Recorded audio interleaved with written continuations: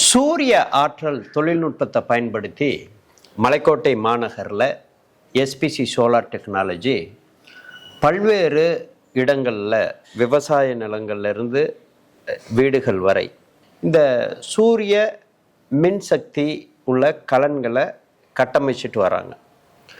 நம்ம திருச்சிராப்பள்ளி மாநகராட்சி 5வது மண்டலம் லிங்கம் நகரில் நமது அரசு தொழிற்பயிற்சி நிலையம் முதல்வர் முனைவர் தனியரசு இல்லத்துக்குத்தான் வந்திருக்கின்றோம். அவர்கள் ஏஎல் பாரடைஸ் என்ற அடுக்குமாடி குடியிருப்பில் முதல் தளத்தில் குடியிருக்கிறாங்க. அவங்க இந்த சூரிய ஆற்றல் தொழில்நுட்பத்தை வச்சு சூரிய மின்சாரம் பொறுத்திருக்கிறாங்க. அன்னாரை சந்திக்க இருக்கின்றோம். வணக்கம். வணக்கம் சார்.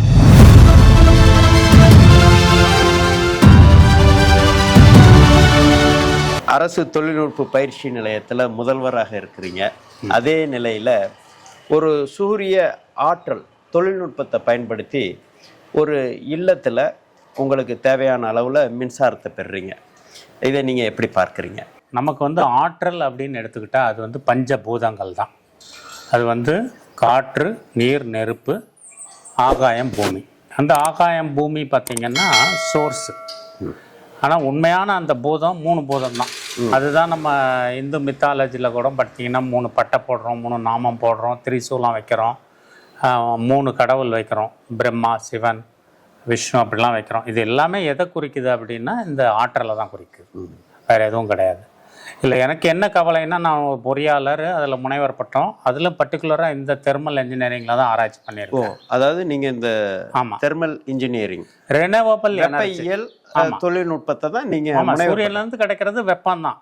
நான் ரெனோவபிள் எனர்ஜி. என்னுடைய கவலை என்னன்னா, இப்போ பெட்ரோலோ டீசலோ பார்த்தீங்கன்னா இன்னும் ஒரு 20 ஆண்டுகள் 30 ஆண்டுகளில் ஜீரோக்கு வந்துடும். அதுக்கப்புறம் நமக்கு சோர்ஸே கிடையாது. அப்போ 3 ஆற்றல் தான். ஒன்று சூரிய மின்சாரம், இல்லைன்னா காற்றுலேருந்து எடுக்கணும், இல்லை நீர்லேருந்து எடுக்கணும். நீர் உங்களுக்கு தெரியும், நம்ம வருஷம் மேட்டூர்லாம் போராடுறோம். தண்ணி கர்நாடகாவோ மற்ற மாநிலங்களில் போராடுறோம். நமக்கு தற்சார்பு, அழகாக சொன்னீங்க, தற்சார்பு கிடையாது, இல்லை தன்னிறைவு கிடையாது. ஆனால் டிராஃபிக்கல் கண்ட்ரிஸ்ன்னு சொல்லக்கூடிய இந்தியா, சைனா மாதிரி நாடுகளில் தற்சார்பு இருக்குது. ஆனால் இன்னும் நம்ம 1% இல்லை 0.1% கூட நாங்கள் அதை ட்ராப் பண்ணலை, நம்ம பயன்படுத்தலை. ஸோ இப்போ எஸ்பிசி மாதிரி நிறுவனங்கள் இப்போ வர்றது மிக சிறந்த ஒரு முன்னெடுப்புன்னு தான் நான் சொல்லுவேன். 2 மாதங்களுக்கு உங்களுக்கு 10,000 ரூபாய் ஒரு மின் கட்டணம். அதாவது உங்களுக்கு அந்த மின் அலகு கணக்கீட்டு அடிப்படையில் இந்த மின் அலகு அவ்வளவு செலவாகும். ஆமாம். அப்போ நீங்கள் சிந்திக்கிறீங்க சோலார் மின்சாரம் பண்ணால் இருக்கும் அப்படின்ட்டு. இது ஏன்னா இது ஃப்ரீயாக கிடைக்குது. காற்று மாதிரி. தண்ணீர் இப்போ ஃப்ரீயாக கிடைக்கல. தண்ணீர் ஒரு காலத்தில் ஃப்ரீயாக கிடச்சிட்டு இருந்துச்சு. காற்று மாதிரி இப்போ இன்னும் காற்றுக்கு யாரும் மீட்டர் போடலை. ஸோ காற்று மாதிரி சூரிய ஒளிக்கும் யாரும் சூரியனுக்கு கொடை பிடிக்க முடியாது. 1000 கைகள் மறைத்து நின்றாலும் ஆதவனை மறைக்க முடியாது. ஸோ சூரிய ஒளி இது பொது, உலகம் முழுக்க உள்ள மனிதர்களுக்கு பொது. ஆனால் இந்தியா, சைனா மாதிரி உள்ள மக்கள் தான் வரப்பிரசாதம். அதுவும் தமிழ்நாட்டில் வாழறது வரப்பிரசாதம். ஏன் அப்படி சொல்கிறேன்னா, என்னுடைய மகள் யூரோப்பில் போய் படிச்சுட்டு வந்தாங்க. அங்கே -20 டிகிரிலேருந்து 40 டிகிரி வரைக்கும் அந்த ரேஞ்சு பார்த்தீங்கன்னா 60 டிகிரி. நம்மளுடைய மனித உடல் அது தாக்கு பிடிக்காது. நம்ம ரேஞ்சு 20லேருந்து 40 தான். ஸோ 20 டிகிரி தான் நம்ம ரேஞ்சு. ஸோ நம்மளுடைய ஆரோக்கியமான இங்கே பச்சை பசேல்னு இருக்குது, நெல் விளையுது, வாழை விளையுதுன்னா அதுக்கு சூரிய ஒளி தான் காரணம். சூரிய ஒளி ஏதோ மின்சாரம் மட்டும் கொடுக்கல, நம்ம பச்சையம், அந்த தாவரங்களில் பச்சையத்திலேருந்து பகல் நேரத்தில் ஆக்சிஜனை கொடுக்கறதே சூரியன் தான். ஓகே, அதுதான் யாருக்கும் தெரியாது. ஸோ காற்று, நீர், நெருப்புன்னா அந்த காற்றுக்கும் நீருக்கும் மூலாதாரம் சூரியன் தான். சூரியன். ஏன்னா இப்போ தாவரம் தான் நமக்கு ஆக்சிஜனை கொடுக்குது பகலில். ஸோ தாவரம் இல்லைன்னா ஆக்சிஜன் இருக்காது. ஆக்சிஜன் இல்லைன்னா இந்த மாதிரி கட்டிடங்கள்லாம் அப்படியே பொலன்னு ஒரு 2 நிமிடம் மட்டும் காற்றுலேருந்து ஆக்சிஜனை எடுத்துட்டோம்னா இந்த கட்டிடம்லாம் பொலன்னு விழுந்துடும், சாம்பலில் கட்டின மாதிரி விழுந்துடும். ஸோ சூரியன் தான் முழு, அதுதான் ஆதி பகவான். ஆதினா முழு மூல காரணம். ஸோ சூரியன் தான். ஸோ சூரியன்ல இருந்து இருக்கிற சக்தியை நம்ம ட்ராப் பண்ணுறோம். அந்த வரப்பிரசாதம் நம்ம இந்தியாவுக்கும் சைனாவுக்கும் தான். ஓகே. இதே சைனா, நீங்கள் யூரோப்பில் போயிட்டு அமெரிக்காவில் போயிட்டு ரஷ்யாவில் போயிட்டு சூரிய மின்சக்தி எடுக்க முடியாது. ஏன்னா அங்கே வெளிச்சம் இன்டென்சிட்டி ரொம்ப கம்மி. சூரிய வெளிச்சம் வர்றது 2 மணி நேரம் தான் இருக்கும். நமக்கு 10 மணி நேரம் இருக்குது. ஸோ 10 மணி நேரம் ப்ரொடக்ஷன். நான் 2 கிலோவாட் போட்டிருக்கேன். கிட்டத்தட்ட 16 கிலோவாட், 16 யூனிட் மின்சாரம் எவ்ரிடே எனக்கு கிடைக்குது. ஓகே. அதே போல் சார் சொன்னீங்க, அதில் பேட்டரி ஹீட்டரெல்லாம் நான் எதுவுமே யூஸ் பண்ணேன். எத்தனை கிலோவாட் நீங்கள் வந்து பேனல் போட்டீங்க? அந்த 2 கிலோவாட். 2 கிலோவாட்னா 1 மணி நேரத்துக்கு 2 கிலோவாட். 1 மணி நேரத்துக்கு 2 கிலோவாட். நல்ல சம்மரில் இப்போ ஏப்ரல் மேல 1 மணி நேரத்தில் 2 கிலோவாட் ப்ரொடியூஸ் பண்ணோம். 8 மணி நேரம் நம்ம எஃபெக்டிவ் ஹவர்ஸ்னால் 16 கிலோவாட் ப்ரொடியூஸ் பண்ணோம். எந்த ஆண்டு நீங்கள் போட்டீங்க? நான் 1 இயர் ஆச்சு. 1 இயர் ஆச்சு. இப்போ 2024 நீங்கள் போட்டிருப்பீங்க. இந்த 24 போட்டு இப்போ வர எப்படி நீங்கள் போட்டதுல இருந்து 2 மாதத்துக்கு எவ்வளோ தூரம்? நான் சொன்னால் உங்களுக்கு ரொம்ப சர்ப்ரைஸாக இருக்கும். பிப்ரவரிலையும் ஏப்ரல்லையும் என்னோட கரண்ட் பில்லு 0. ஓஹோ. ஆஹா. 0 யூனிட்ஸ். அப்போ இந்த சூரிய ஆற்றல், இந்த டெக்னாலஜி அதோட சேர்ந்து இந்த தொழில்நுட்பத்தினால நீங்கள் இந்த மின்சாரத்தை இப்போ வந்து ஆக்சுவலாக நீங்கள் முதலீடுங்கிறது அதிகமாகுதா உங்களுக்கு? இல்லை, ஒரு 1.5 lakhs ஆகுது. பட்டு ரேட் ஆஃப் ரிட்டர்ன்னு சொல்லுவோம் இல்லையா, ROI. ஆமாம். ROR, ரேட் ஆஃப் ரிட்டர்ன் வந்து நமக்கு சற்றே குறை 2 to 3 ஆண்டுகளில் நம்ம போட்ட பணம். இப்போ நீங்கள் இந்த 1.5 லட்சம் நீங்கள் இந்த தொழில்நுட்பத்துக்கு போட்ட முதலீடானது இப்போ இந்த 1 வருட காலத்தில் இப்போ 1,20,000 ரூபா நீங்கள் ரிட்டர்ன் எடுத்துட்டீங்க? இல்லை, அவ்வளோ வராது. 2 மாதத்துக்கு ஒரு முறை பில்லு வருதுன்னா நான் சொன்ன மாதிரி 10,000 வந்தாக்கா 60,000 வரும். 60,000. 3 வருடங்களில் வந்து நமக்கு அந்த 1,50,000 திரும்பி வந்துடும். ஓஹோ. ஆனால் இதோட லைஃப் பார்த்தீங்கன்னா 15 to 20 ஆண்டுகள் சொல்லும். 20 ஆண்டுகள். அனல் மின்சாரம் நீங்கள் வந்து ஒரு இடத்துல நிறுவனம் அப்படின்னா அதோட சவுண்டு பயங்கரமாக இருக்கும், அதோட பொல்யூஷன் பயங்கரமாக இருக்கும், அது நிலத்தை நம்ம சேதப்படுத்துறது பார்த்தீங்கன்னா பயங்கரமாக இருக்கும். சுட்டு வட்டாரத்தில் கிட்டத்தட்ட ஒரு ஊர் ஃபுல்லாக வந்து விவசாயம் பண்ண முடியாது. ஓகே. ஸோ அந்த மாதிரி ஏகப்பட்ட பிரச்சனைகள் இருக்குது. அது நீங்கள் நினச்சாலும் கூட யூரோப்பில் போய் இதை பண்ண முடியாது. இப்போ நீங்கள் சொல்லக்கூடிய லெவலில் பொதுவாக முன்ன வந்து இந்த மின்தடை ஏற்படும் பொழுதெல்லாம் இன்வெர்டர் மின்கலன் வச்சுருந்தாங்க. இப்போ உங்களோட இல்லத்தில் நீங்கள் நேரடியாகவே நெட் மீட்டர் வைக்கிறீங்க. மின்சார வாரியத்துக்கு நீங்கள் இன்றைக்கு மின் உற்பத்தியை இல்லை, நீங்கள் சொல்கிற டெக்னாலஜி வந்து என்கிட்டயும் இருக்குது. இன்வெர்டர் கரண்ட் போன பிறகு, பவர் கட் ஆன பிறகு நம்ம யூஸ் பண்ணுற லைட்டிங் ஃபேனுக்கு இன்வெர்டர் இன்னமும் வச்சுருக்கீங்க. ஆனால் இந்த மின்சாரத்தை நான் மின்கலத்தில் சேமிக்கலை. அதை தான் சொல்கிறேன். நான் மின்கலத்தில் சேமிக்கலை. இதை நான் டைரெக்டாக வந்து டான்ஜெட்கோட கிரிட்டில் கொடுத்துட்றேன். ஓகே, கொடுத்துட்றேன். இப்போ பேங்க்கில் வந்து நம்ம பணம் போட்டால் கிரெடிட்டில் வர வைப்பாங்க, பணம் எடுத்தால் டெபிட்டு. ஒரு பயனீட்டாளராக நீங்கள் அடைஞ்ச பயனை நேயர்களுக்கு நீங்கள் சொல்லுங்கள். இந்த கிரிட்டில் டைரெக்டாக நீங்கள் வந்து அந்த மின்சாரம் அதை தான் சொல்கிறேன். இப்போ ஒரு நாளைக்கு நமக்கு 16 யூனிட் அப்படின்னா பேங்க்கில் பணம் போடுற மாதிரி 16 யூனிட்டை நம்ம கிரெடிட் பண்ணிவிடுவோம். நம்ம அன்றைக்கி 8 யூனிட் தான் செலவு பண்ணுறோம்னா மீதி 8 யூனிட் அப்படியே கேரி ஓவர் பண்ணுவோம் மறுநாளைக்கு. நம்ம அக்கௌண்ட்லேயே இருக்கும் அது. அப்படி இருக்கிற மறுநாள் வெயில் சரியாக இல்லை, லைட்டாக மழை மேகமூட்டமாக இருக்குன்னா அதை 8 யூனிட்டை இது அட்ஜஸ்ட் பண்ணிக்கும். ஸோ இது வந்து நெட் மீட்டருங்கிறது டைரெக்டாக கிரிட்டில் கொடுத்துட்றோம்.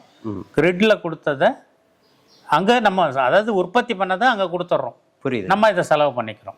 ஸோ இந்த டெக்னாலஜியில் நீங்கள் நெட் மீட்டர், என்னோட மீட்டர் மட்டும் பார்த்தீங்கன்னா வித்தியாசமாக இருக்கும். ஆமாம், மற்ற மீட்டர்லாம் ஒரு மாதிரி இருக்கும், இது வித்தியாசமாக இருக்கும். என்ன காரணம்னா அது நெட் மீட்ரு. நமக்கு உற்பத்தி ஆகிறத நெட்டில் கொடுக்குறோம், நம்ம செலவு பண்ணிகிட்டே இருக்கோம். கரண்ட்டு கட் ஆகிட்டா இங்கேயும் கரண்ட்டு கட் ஆகிடும். புரியுது. ஆனால் என்கிட்ட ஆல்ரெடி இன்வெர்டர் பழைய இருக்கிறதுனால அது லைட்டிங் லோடு, ஃபேன் லோடு வரும்.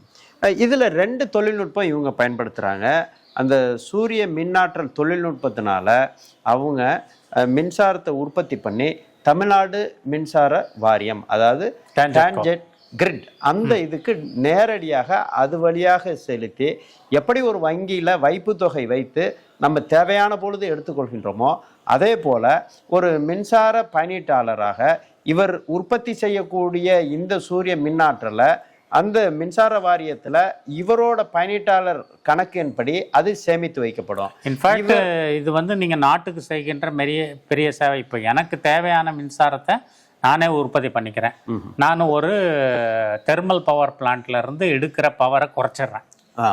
இது மாதிரி 1000 ஃபேமிலி, 1,00,000 ஃபேமிலி பண்ணால் தெர்மல் பவர் பிளான்ட் தேவைப்படாது நாட்டுக்கு.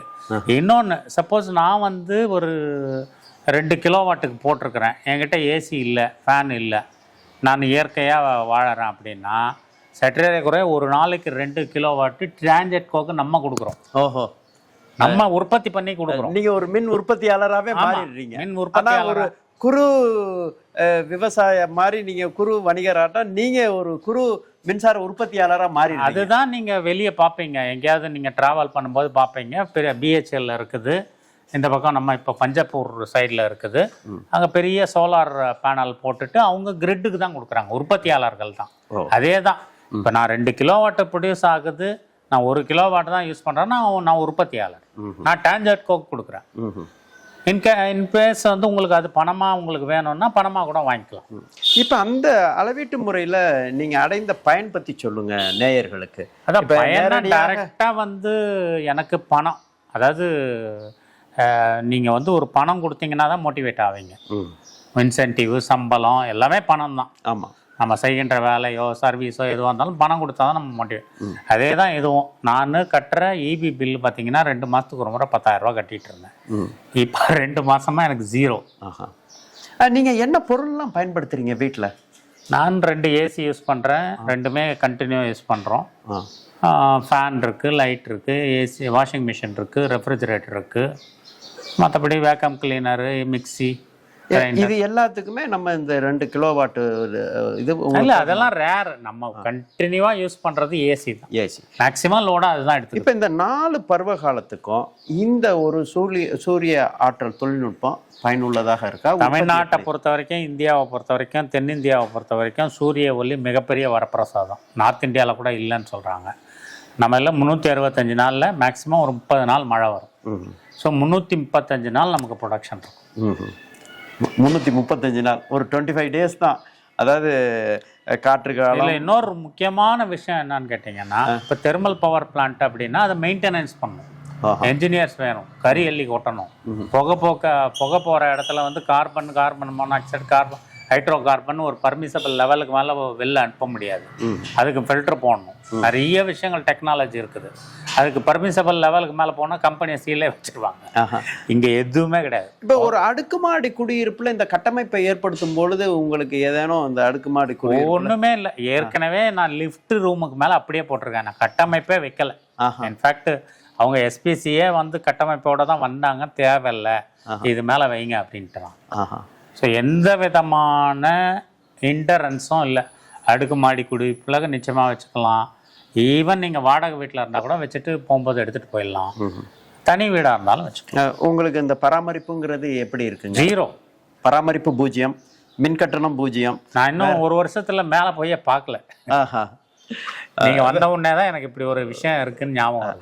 இப்படி நீங்கள் ஒரு தெர்மோ இன்ஜினியரிங்கில் ஒரு முனைவர் பட்டம் பெற்ற நீங்கள் இந்த சூரிய ஆற்றலை பயன்படுத்த பொதுமக்களுக்கு சொல்ல வேண்டிய கருத்துக்கள் முக்கியமான விஷயம் நான் சொல்லணும் அப்படின்னா, renewable energy, non renewable energy 2 தான்.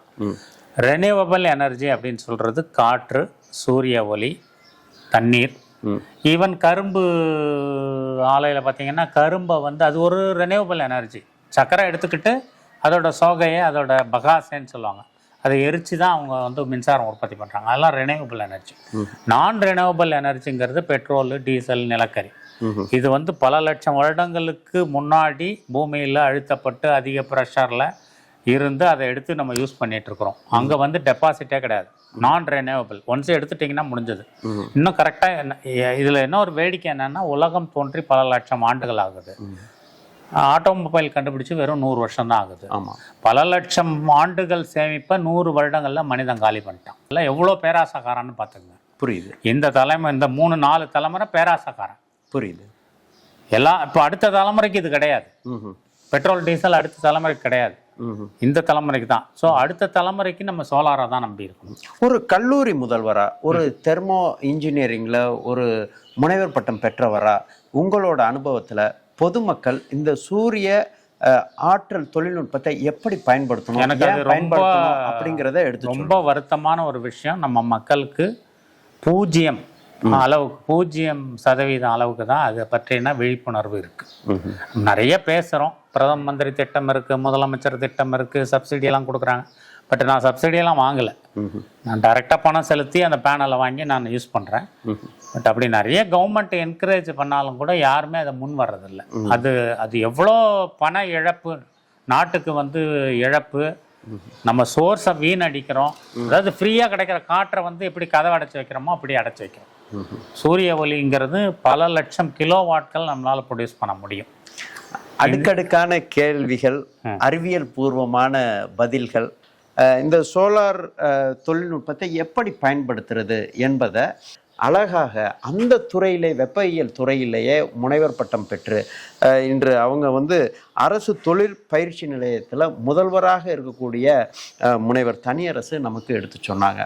அப்போ வீட்டுக்கும் நாட்டுக்கும் நல்லது செய்ய வேண்டும் என்றால் நமது இந்த வெப்பமண்டல நாட்டில் 24x7 நம்மளால் இந்த சூரிய ஆற்றல் தொழில்நுட்பத்தை பயன்படுத்தி மின்சாரத்தை நம்ம பயன்படுத்த முடியும். 2 ஏசி, வீட்டில் உள்ள 4 மின்விசிறிகள், குளிரூட்டி, சலவைப்பட்டி என்று வாஷிங் மிஷின் என்று எல்லாமே இன்றைக்கு எங்களுக்கு ரொம்ப கம்ஃபர்ட்டாக இருக்கிறோம். நீங்கள் வந்த உடனே தான் நானே பார்க்குறேன், இதுவரை எங்களுக்கு 1 வருடம் ஓடி போய் விட்டது, உருண்டோடி விட்டது. 0 விழுக்காடு ஒரு பராமரிப்பு இல்லாத ஒரு இது. ஆயுள் காலம், பொல்யூஷன் கிடையாது, சவுண்டு கிடையாது, வைப்ரேஷன் கிடையாது, புகை கிடையாது, ஓசோன் பெல்ட்டை ஓட்ட போடாது. ஆமாம், அது இருக்கிறதே உங்களுக்கு தெரியாது. எஸ்பிசி சோலார் டெக்னாலஜி சூரிய ஆற்றல் தொழில்நுட்பத்தை உங்களுக்கு கொடுக்க ரெடி. நீங்கள் ரெடியா? இதே போல் நல்ல பல பயனுள்ள கருத்துக்களை அறிந்து கொள்ள, தெரிந்து கொள்ள, புரிந்து கொள்ள எஸ்பிசி சோலார் ட்ரிச்சி சேனலை சப்ஸ்கிரைப் பண்ணுங்கள், பெல் பட்டன் கிளிக் பண்ணுங்கள், ஆல் பட்டன் கிளிக் பண்ணுங்கள், ஒவ்வொரு பதிவையும் லைக் பண்ணுங்கள், ஷேர் பண்ணுங்கள். பபாய். உங்களுடன் விஜயகுமார்.